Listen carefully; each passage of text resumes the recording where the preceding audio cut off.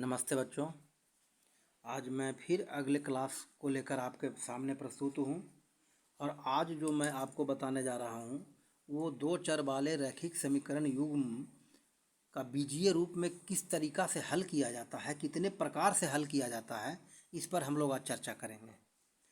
इसमें आप देखिए कि समीकरण युग्मों का जो हल करने का जो बीजीय तरीका है वो आपको तीन तरीका बताया गया है, जो तीन तरीका से ही अधिकतर प्रश्न आपसे पूछे जाएंगे। ज़्यादा आप जानने का प्रयास अभी न करें, क्लास 10 में आगे फिर जानने का प्रयास करेंगे। तो एक तरीका है प्रतिस्थापन विधि, दूसरा तरीका है विलोपन विधि और तीसरा तरीका है वज्रगुण विधि। इन तीनों विधियों को आपको समझना है और आपको जो जो विधि ज़्यादा आसान दिखाई दे उससे, जब तक प्रश्न में यह नहीं कहा जाए कि फला विधि, माने कि प्रश्न में यह नहीं, कभी कभी प्रश्न में बोल देता है कि आप प्रतिस्थापन विधि से हल करें या विलोपन विधि से हल करें या वज्रगुणन विधि से हल करें। जब तक प्रश्न में नहीं पूछा जाए, नहीं कहा जाए कि किस विधि से हल करना है, तब तक आपको वही विधि से बनाना है हिसाब, उसी विधि से आपको हल करना है जिस विधि को आप बहुत अच्छी तरह से समझ चुके हैं, जिस विधि से आपको गलती होने की संभावना आपको नहीं दिखाई दे, आप उससे हल करें। ये बैंड नहीं है कि आपको इसी विधि से हल करना है या इसी विधि से हल करना है या इस विधि से हल करना है, नहीं। जब प्रश्न में बैंड दे, जब प्रश्न में कह दे, तब हम उस विधि से हल करें। जानना तीनों है, ठीक है ना। तो आज हम एक विधि के बारे में आपको बताएंगे, प्रतिस्थापन विधि। किस विधि से? प्रतिस्थापन विधि से, ठीक है ना। अब इसमें क्या होता है सो देख लें। ये तो लिखा हुआ है, पहले हम इसको आपको बता दें, तब हम इसका सारांश हम आपको बताएंगे। करना क्या है इसमें, पहला विधि क्या है कि दिए गए समीकरण युग्मों में से किसी एक समीकरण से एक अज्ञात राशि को दूसरे अज्ञात राशि के रूप में व्यक्त करें, ठीक है। जो समीकरण दिया हुआ है, जो भी समीकरण आपको दिया हुआ है, जैसे जैसे हम आपको बताते चलेंगे वैसे वैसे यहाँ पर हम आपको एक समीकरण युग्म हम यहाँ पर लिख रहे हैं। 7x माइनस 2y बराबर 1 और दूसरा 3x प्लस 4y बराबर 15। अब यहाँ दिया हुआ है कि दिए गए समीकरण युग्मों में से किसी एक समीकरण से एक अज्ञात राशि को दूसरे अज्ञात राशि के रूप में व्यक्त करें। हमारा दो समीकरण दिया हुआ है, समीकरण युग्म यहाँ पर हमारा मिला हुआ है, तो हमको क्या करना, एक समीकरण को हमको लेना है। यहाँ पर चलेंगे, समीकरण एक से, समीकरण एक में रहा है 7x माइनस 2y बराबर 1। अब यहाँ कहता है कि यहाँ दो अज्ञात राशि हैं, एक x और एक y। आपको जिसका इच्छा हो, x को अगर y के रूप में व्यक्त करना हो या y को x के रूप में व्यक्त करना हो, ये आपको समझना है, ठीक है। आप जिसको चाहें, x को अगर y के रूप में चाहते हैं या y को अगर x के रूप में चाहते हैं, तो आप उसको बदल सकते हैं। अब यहाँ पर ध्यान दीजिए, इसको हम 7x बराबर 1 जोड़ 2y लिख सकते हैं कि नहीं? 1 जोड़ 2y लिख सकते हैं कि नहीं? खूब बढ़िया से लिख सकते हैं ना। और फिर x को 1 प्लस 2y बटा 7 लिख सकते हैं। यहाँ गुना में है, इधर आके भाग हो गया। तो हमने क्या किया, x को y के रूप में बदल दिया और इसको हम समीकरण नंबर 3 दे दिया। जो पहला कह रहा था नियम, पहला नियम यही बता रहा था कि दिए गए समीकरण युग्मों में से किसी एक समीकरण से एक अज्ञात राशि को दूसरे अज्ञात राशि के रूप में व्यक्त करें। यहाँ पर हम एक अज्ञात राशि जो है एक्स, उसको किस रूप में व्यक्त कर दिया, वाई के रूप में व्यक्त कर दिया। यानी एक्स का मान जो है 1+2y/7 है। एक्स किसके बराबर है, तो 1+2y/7 के बराबर है। अब कहता है उस मान को दूसरे समीकरण में रखकर हल करें, यहाँ से एक अज्ञात राशि का मान प्राप्त होगा। अब हम इसका इसका इसका यह जो मान है इसको किस में रखेंगे, दूसरे समीकरण में। तो यहाँ लिखते हैं समीकरण 2 में 3 का मान रखने पर, समीकरण 2 में समीकरण 3 का मान रख देंगे। कैसे रखेंगे, 3x + 4y = 15। अब क्योंकि x का मान जो है y के रूप में हमने यहाँ निकाला है, तो क्या लिखेंगे, 3 × x का मान क्या निकलेगा, ध्यान से देखिए, x को लिखेंगे 1+2y/7 जोड़ 4y = 15। यहाँ पर हम x का क्या हो गया, x का प्रतिस्थापन हो गया, x को y के रूप में हम प्रतिस्थापित कर दिए और इसीलिए इस विधि का नाम प्रतिस्थापन विधि हुआ। हमने क्या किया, एक को दूसरे के जगह रख दिया। ठीक है, अब ध्यान दीजिए, यहाँ से इसमें गुना होगा तो क्या हो जाएगा, 3 जोड़ 3 दूनी 6y बटा 7 जोड़ 4y = 15। ठीक है, यहाँ देखिए, अगर आप दिमाग से चलिएगा तब तो बहुत बढ़िया, नहीं तो फिर हम इसका एलसीएम ले सकते हैं। यहाँ पर 7 = 15 हो गया, 7 से 7 तो ये हो जाएगा 3 + 6y और + 7 चौक 28y = 15। ठीक है, अब देखिए 28 और 6 मिलकर कितना हो जाएगा, 34y। तो हम लोग दूसरे पेज में चल रहे हैं, 34y, 3 जोड़ 34y, यहाँ कितना आएगा, 3 जोड़ 34y बटा 7 = 15, यही ना।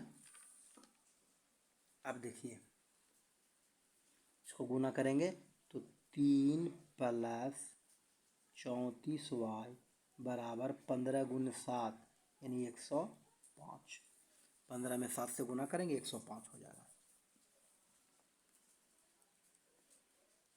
ठीक है, अब यहाँ 34y = 105 में से क्या घटाएंगे, 3 को घटाएंगे, प्लस में इधर आके माइनस हो जाएगा।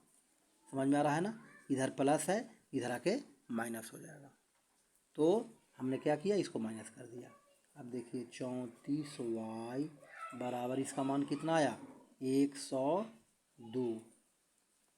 तब y बराबर क्या हो जाएगा, 34 गुना में है, इधर आकर के क्या हो जाएगा, भाग में हो जाएगा, इधर आकर के कितना हो जाएगा, भाग। अब 34 से इसको काटिएगा तो 3 बार में ही कट जाएगा। ठीक है ना, तो y बराबर क्या आ गया, 3 आ गया। y बराबर कितना आया, 3 आया। समझ में आ रहा है नहीं। अब देखिए, हमने दूसरा जो काम किया कि उस मान को दूसरे समीकरण में रख कर हल करें, यहाँ से एक अज्ञात राशि का मान प्राप्त होगा।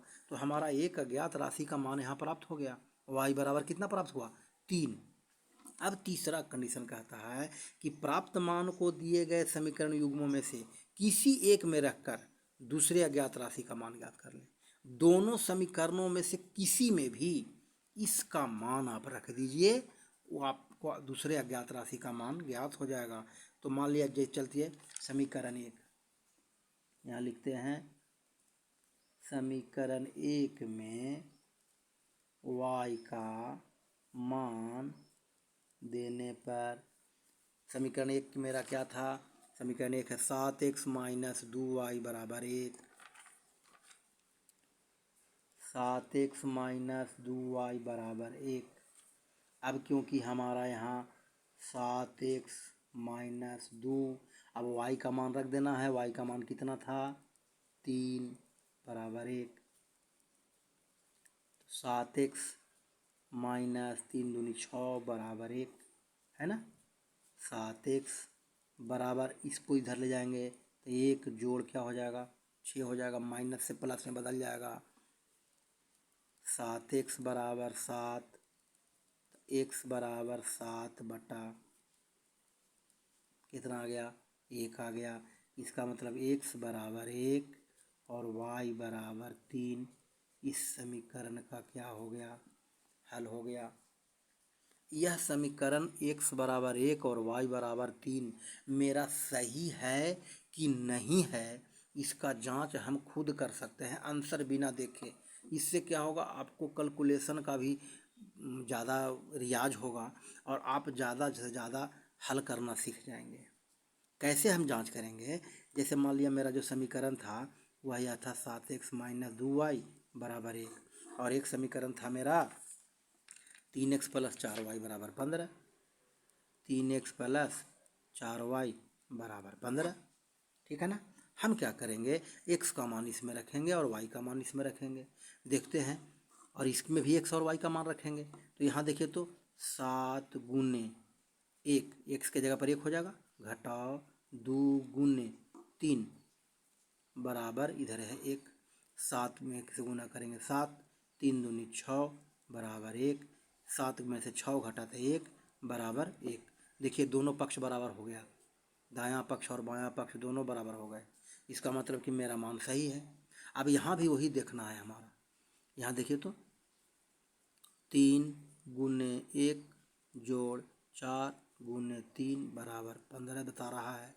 3 में 1 से गुना करेंगे 3, 4 में 3 से गुना करेंगे 12 बराबर 12, 3 15, यहाँ भी 15 बराबर 15 हो गया। इसका मतलब कि दोनों समीकरण को संतुष्ट कर रहा है हमारा मान, इसलिए मेरा मान ही सही है। ठीक है, दोनों समीकरणों को संतुष्ट कर रहा है ये वैल्यू, इसलिए हमारा x बराबर 1 और y बराबर 3 मेरा मान सही है। और हमने प्रतिस्थापन विधि से इसको बनाया है। एक उदाहरण हमारा आपको देते हैं। एक उदाहरण देने के बाद हम फिर आज का क्लास बंद करेंगे, आज का टॉपिक बंद करेंगे। एक उदाहरण और,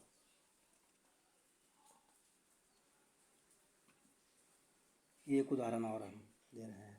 एकदम छोटा सा उदाहरण, एकदम छोटा उदाहरण। जैसे मान लिया इसी को ले लेते हैं, x प्लस वाई बराबर 14 और x माइनस वाई बराबर 4। एक हल्का सा उदाहरण आपको सिर्फ समझाने के लिए। पहला काम, किसी भी समीकरण में किसी भी समीकरण को ले लेंगे। समीकरण 1 से मैंने समीकरण 1 को उठा लिया। समीकरण 1 हमारा कहता है कि x प्लस वाई बराबर 14 है। अब दोनों में से किसी का भी मान दूसरे रूप में, जैसे मान लीजिए यहाँ पर y बराबर हम लेते हैं 14 घटाव x, ये मेरा तीसरा समीकरण बन गया। y को हम x के रूप में बदल दिया, और y को जब x के रूप में बदला मेरा मान आ गया 14 माइनस x। ठीक है, अब क्या होगा? यहाँ फिर करेंगे क्या कि समीकरण 2 में 3 का मान रखने पर, समीकरण 2 में 3 का मान हम देंगे। समीकरण 2 मेरा क्या है? x माइनस वाई बराबर 4, और यहाँ y का मान हमने निकाल लिया 14 माइनस x, यानी यहाँ क्या हो जाएगा? x माइनस वाई का मान कितना है? 14 माइनस x बराबर 4। x plus minus plus minus minus minus minus plus, है ना, माइनस से गुना होगा ना, प्लस यहाँ है माइनस है, तो प्लस और माइनस मिलके, ये प्लस और ये माइनस मिलके माइनस, माइनस और माइनस मिलके प्लस बराबर 4। x और x को जोड़ेंगे तो 2x माइनस 14 बराबर 4। 2x बराबर, ये माइनस 14 उठ के दूसरे तरफ जाएगा तो किस में बदल जाएगा? प्लस में, यानी 2x बराबर कितना हो गया? 18।